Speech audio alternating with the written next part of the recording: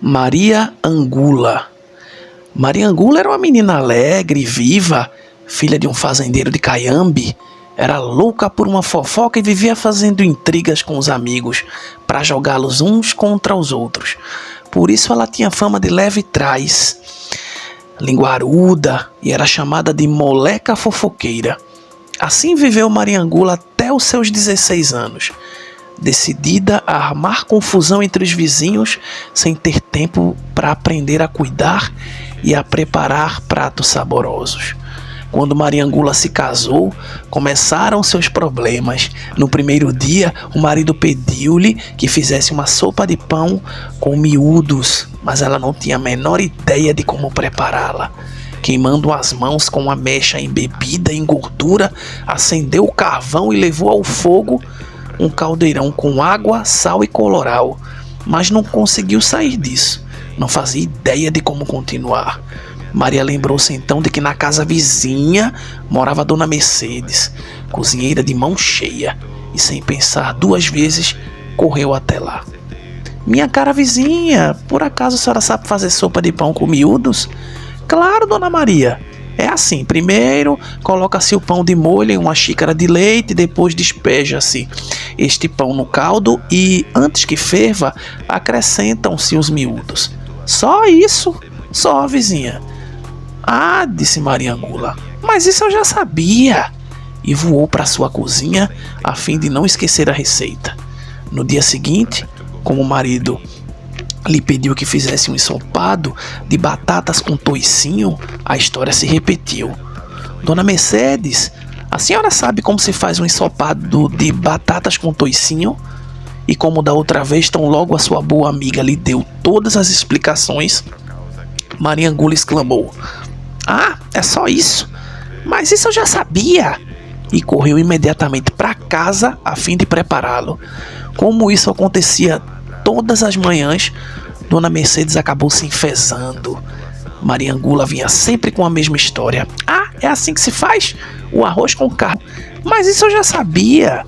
Ah, é assim que se prepara a dobradinha? Mas isso eu já sabia. Por isso a mulher decidiu dar-lhe uma lição.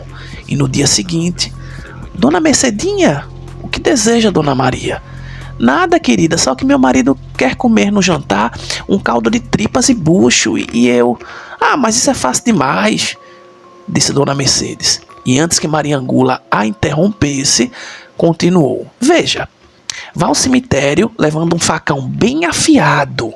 Depois espere chegar o último defunto do dia e, sem que ninguém a veja, retire as tripas e o estômago dele. Ao chegar em casa, lave-os muito bem e cozinhe-os com água, sal e cebolas. Depois que ferver uns 10 minutos, acrescente alguns grãos de amendoim e está pronto.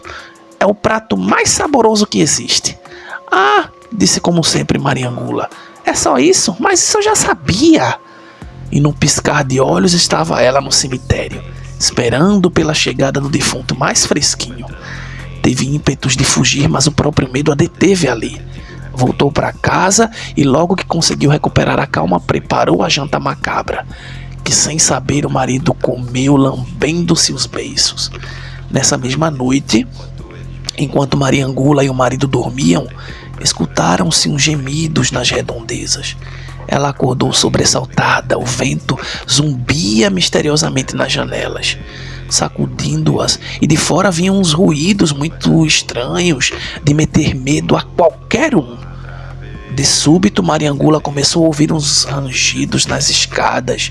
Eram os passos de alguém que subia em direção ao seu quarto com um andar dificultoso e retumbante, e que se deteve diante da porta. Fez-se um minuto eterno de silêncio e logo depois Maria Angula viu o resplendor fosforescente de um fantasma.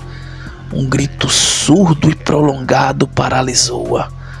Maria Angula, devolva as minhas tripas e o meu estômago que você roubou da minha santa sepultura.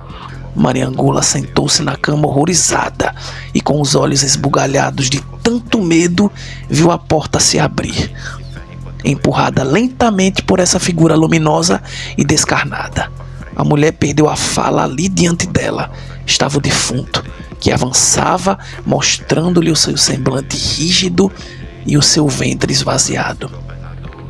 Mariangula, devolva as minhas tripas e o meu estômago que você roubou da minha santa sepultura. Aterrorizada, escondeu-se debaixo das cobertas para não vê-lo, mas imediatamente sentiu umas mãos frias e ossudas puxarem-na pelas pernas e arrastarem-na gritando. Mariangula, devolva as minhas tripas e o meu estômago que você roubou da minha santa sepultura.